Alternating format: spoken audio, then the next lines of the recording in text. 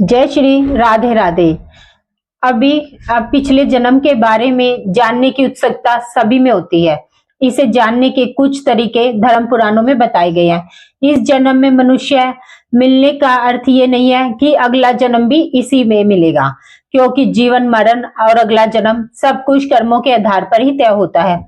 गरुड़ पुराण में मनुष्य के हर कर्म का लेखा जोखा होता है, जो ना केवल उसके पाप पुण्य का निश्चय करते हैं, बल्कि मरने के बाद मिलने वाली सजा और अगले जन्म के बारे में भी बताते हैं। तो कई बार गलत कार्य करने वाले ये सोचते हैं कि उन्हें कोई देख नहीं रहा। कई बार लोग ऐसी बात कर देते हैं जिससे गंभीर परिणाम न केवल इस जन्म में बल्कि अगले जीवन में भी भुगतने पड़ते हैं। अगले जन्म को लेकर बहुत सारे लोग हमको मैसेज करते हैं, उनके मन में जिज्ञासा होती है उन अगले जन्म में मनुष्य पशु बनेंगे या पक्षी बनेंगे, क्या बनेंगे। अगर इंसान बनेंगे तो पुरुष के रूप में जन्म लेंगे या किसके रूप में जन्म लेंगे, बहुत सारी बातें होती है जानने के लिए। इस विषय पर एक धर्म गरुड़ पुराण में जो कुछ बताया गया उसे आज इस वीडियो में मैं आपको बता रही हूँ। पाप कर्मों के अनुसार आपको अगले जन्म में मनुष्य, पेड़ पौधे, कीड़े मकोड़े, पशु पक्षी, सांप बिच्छू वंश कुछ कौन सी योनि मिलेगी।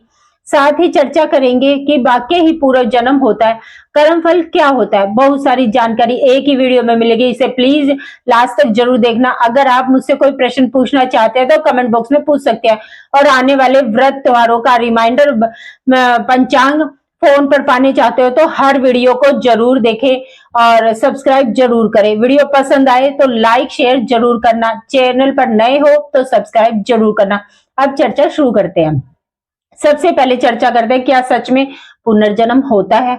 तो इस बात को एक उदाहरण से समझते हैं। कई बार बालक जब पैदा होता है तो उसने किसी तरह का दोष होता है। कोई बालक ऐसा पैदा हो जाते हैं जो शारीरिक दोष होता है, जैसे जन्म से विकलांग या कोई परेशान पैदा होता है या देख नहीं सकता। ऐसा होने के पीछे विज्ञान अपना तर्क देता है।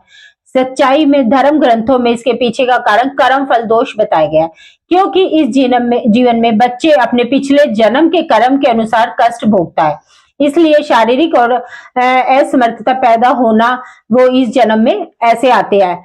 भविष्य पुराण में लिखा हुआ है कि पांडव भाइयों को अलग अलग घर में कर्म के हिसाब से जन्म मिला था। गरुड़ पुराण में लिखा है कि जब तक शिशु माँ की कोख में रहता है तब तक उसे पिछले जन्म का सब कुछ याद रहता है। उसे ये भी याद होता है कि उसने पिछले जन्म में क्या किए थे। दुखी होकर वो यह गर्भ में भगवान को पुकारता है, प्रार्थना करता है और कहता है कि इस आने वाले जीवन में सत्कर्म करेगा और भगवान का नाम का जप करेगा। जैसे ही लेकिन शिशु गर्भ से बाहर निकलता है, इस लोक पर आता है, ईश्वर की माया द्वारा उसकी सारी स्मृति खत्म हो जाती है और जीवन से सब कुछ खत्म हो जाता है। मोह माया में कुछ ऐसा उलझ जाता है कि परमात्मा के लिए उसके पास समय नहीं होता। गरुड़ पुराण में जीव के द्वारा किए गए कई तरह के पाप, उन पापों के निमित्त जो सजाएं दी जाती है उसके बारे में भी भगवान विष्णु ने विस्तार से बताया। अब वही चीज इस वीडियो में मैं आपको बताती हूँ। देखो, जो व्यक्ति पराई स्त्री से संबंध रखता है उसे नरक में जाना पड़ता है, जहां उसे कई तरह के कष्ट देते हैं। उसे अलग अलग योनि में एक के बाद जन्म लेने पड़ते हैं। सबसे पहले वो भेड़िया बनता है, फिर एक कुत्ते के रूप में जन्म लेता है, उसके बाद सियार, फिर गिद्ध, फिर कौवा बनता है और अंत में बगुला बनता है। इन सब योनियों के कष्ट झेलकर उसे फिर से मनुष्य योनि मिलती है। लेकिन जो मनुष्य किसी स्त्री के साथ जबरदस्ती संबंध बनाता है उसे तो नरक भोगने और कई योनियों में जन्म लेने के बाद मनुष्य योनि में किन्नर के रूप में जन्म मिलता है। गरुड़ पुराण में बताया गया है कि जो व्यक्ति अपने बड़े भाई का अपमान करता है, समाज के साथ अनुचित व्यवहार करता है, वह व्यक्ति क्रोक नाम के पक्षी के रूप में जन्म लेता है और 10 वर्षों तक कष्ट भुगतना पड़ता है। उसके बाद उसे मनुष्य योनि दोबारा से मिलती है। गरुड़ पुराण के अनुसार अपने मित्र का अपमान करने वाला गधे की योनि को पाता है। गधे का जीवन काल 25 से 30 वर्ष का होता है। अब यहाँ आता है कर्म फल सुधार। अगर आपने अपने मित्र को इतना कष्ट दिया है, उसको सारी उम्र पीड़ा भोगनी पड़ेगी, तो समझ लीजिए 20 से 30 साल तक गधा बनकर अगले जन्म में अपने मालिक का अत्याचार सहना पड़ेगा। अगर आपका पाप क्षमा योग्य रहेगा तो कर्म फल सिद्धांत के अनुसार आप इस कर्म फल योनि से जल्दी मुक्ति पाकर अच्छी योनि पालेंगे। माता को कष्ट पहुंचाने वाली संतान, कछुए का जीवन काल बहुत लंबा होता है। कछुआ 20 या 30 साल में बल्कि 200-300 साल का होता है। तो यानी कि समझो माता पिता को सताने की सजा बहुत लंबी होती है। बंदर की योनि में ही वही व्यक्ति जन्म लेता है जो मालिक का विश्वास तोड़ देता है। ऐसा पापी जीव बंदर के शरीर को प्राप्त करता है। उसका सामान्य जीवन काल बहुत लंबा होता है। जो व्यक्ति अपने से लिया हुआ धन वापस नहीं करता या उसको छल पूर्वक धन अर्जित करता है, वो कीड़े मकोड़े की योनि में जाता है। योनियों का जीवन काल कितना लंबा होगा वो व्यक्ति के कर्म फल पर डिपेंड होता है। किसी के एहसानों को ना मानने वाला बिच्छू की योनि में जाता है। दूसरे की निंदा करने वाला, बुरा बर्ताव करने वाला कीड़े मकोड़े की योनि में जाता है। ये ऐसी योनि है जिसमें आप कितने भी प्रभावशाली क्यों ना हो, आपने कितना ही हुनर क्यों ना हो, आपको सम्मान करना चाहिए। एक चींटी को ही ले लीजिए उदाहरण के लिए, वह चलती है, धीरे धीरे धीरे चलती है, कितनी मेहनत करती है, किसी को नुकसान नहीं पहुंचाती, फिर भी मनुष्य के पैर के नीचे आके मृत्यु को प्राप्त हो जाती है। यहाँ बात जैसा जन्म, जैसा कर्म आप पिछले जन्म में आपने किसी जीव को रौंदा था, वैसा ही कर्म आपको मिलेगा। गरुड़ के पुराण के अनुसार सोने की चोरी करने वाला को कीड़े मकोड़े की योनि मिलती है। चांदी की चोरी करने वाले के कबूतर की योनि मिलती है। सुगंधित पदार्थों की चोरी करने वाला व्यक्ति छुछंदर के रूप में जन्म लेता है। किंतु यदि आप अपराध चोरी से बड़ा हो तो और भी कष्टदायी योनियां प्राप्त होती है। जो व्यक्ति किसी की हत्या करता है उसे गधे की योनि में जन्म मिलता है। उसके बाद वह विरन की, फिर मछली की, फिर कुत्ता और फिर बाघ और फिर मनुष्य योनि प्राप्त करता है। देवता और पितराओं को संतुष्ट किए बिना मरने वाला व्यक्ति 100 वर्षों के लिए कौवे की योनि को पाता है। इसलिए पितरों के श्राद्ध कराते समय पितरों को कौवे को भोजन कराया जाता है।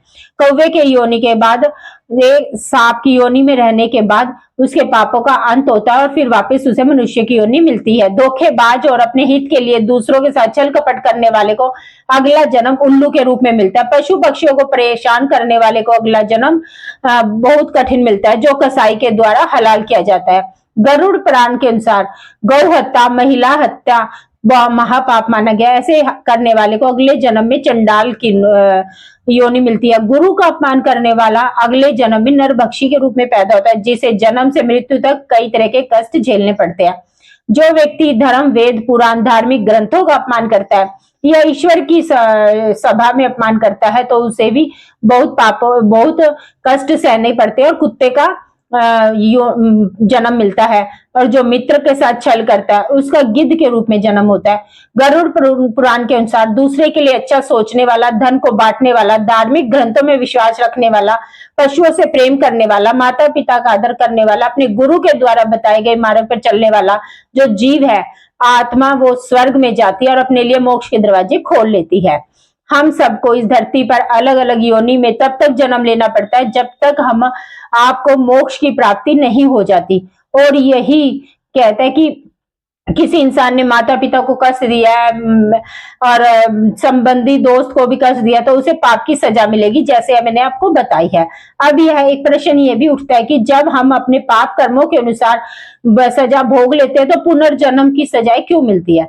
तो देखो, इस प्रश्न का उत्तर भगवान विष्णु ने पक्षी राज गरुड़ जी को गरुड़ पुराण में बताया था कि गरुड़ पुराण में लिखा है कि कई बार जन्म जीव के आत्मा के इतने कर्म बुरे होते हैं कि नरक की यातना तो भोगनी पड़ती है, लेकिन अगले जन्म में भी इसका बोझ उठाना पड़ता है। जैसे कि किसी महिला के साथ दुष्कर्म करने वाले पापी आत्मा अगले जन्म में किन्नर का रूप धारण करती है।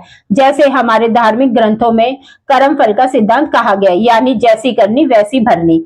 इस कर्म फल के सिद्धांत के अनुसार अगर पाप बड़ा है तो सजा लंबी मिलेगी और अत्यंत दुखदायी भी होगी। अगर पाप सामान्य है तो सजा भी उसी हिसाब से मिलेगी। ये यहाँ हमारे गुरु महाराज ये भी कहते हैं कि अगर आपकी वजह से कोई पाप कर्म करने में प्रेरित होता है तो उसमें भी आप भागीदार बनते हैं। जैसे सड़क पे आपने रेड लाइट जंप की, देखा जाए वो भी उस रेड लाइट को जंप करेगा तो और फिर एक्सीडेंट हो गया तो उस एक्सीडेंट के भागीदार आप भी बनेंगे। दूसरी चीज है, अगर आपने किसी को कष्ट दिया है और वो कष्ट उसके जीवन में बहुत ज्यादा है तो उसके सजा भी आपको उसके हिसाब से ही मिलेगी। अगर आपने किसी से 1000 रुपए उधार लिए और आपने उसे आर्थिक रूप से उसको कष्ट दिया है, हो सकता है उसके लिए 1000 रुपए बहुत ज्यादा थे, उसने 2 दिन से खाना नहीं खाया, उसकी माँ बीमार थी, दवाई लानी थी, इस वजह से उसने आर्थिक कष्ट दिया, शारीरिक कष्ट दिया तो उसने खाना नहीं खाया था, मानसिक कष्ट दिया क्योंकि उसकी माँ बीमार थी, दवाई नहीं ला पाए तो इनका सब कष्टों का ब्याज के साथ आपको 1000 रुपए का दंड भुगतना पड़ेगा। ये नहीं कह सकते कि अगले जन्म में 1000 रुपए देकर छूट जाऊंगा, उस 1000 की जगह आपको 10 लाख रुपए वापस करने पड़ेंगे। अब आपको समझ आ गया होगा कि भविष्य मनुष्य योनि कितनी दुर्लभ है। अगर आप मनुष्य की योनि में जन्म लेना चाहते हो और आपकी इच्छा है कि जन्म मृत्यु के चक्र से आप निकल जाओ, तो इस जन्म में अच्छे कर्म और भक्ति जरूर करें। इन योनियों से आपको डरने की कोई जरूरत नहीं है। अगर आप अपने विवेक से अच्छे कर्म करोगे, ठाकुर जी की सेवा करोगे, उनको याद करोगे, नाम जप करोगे, तो फिर आपको इन योनि से नहीं गुजरना पड़ेगा, आपको सीधा मोक्ष के द्वार खुल जाएंगे। इसी के साथ मैं आपसे उम्मीद करती हूँ कि वीडियो की जानकारी आपको अच्छी लगी होगी। इससे रिलेटेड अगर आपको कोई भी जानकारी है तो आप कमेंट बॉक्स में लिखकर जरूर बताएं, क्योंकि ज्ञान बांटने से बढ़ता है। और आप ज्यादा से ज्यादा वीडियो को शेयर करें, लाइक करें, और चैनल पर अगर नए हैं तो सब्सक्राइब जरूर करें। और वीडियो कैसी लगी ये भी कमेंट बॉक्स में लिखकर जरूर बताएं। धन्यवाद। जय श्री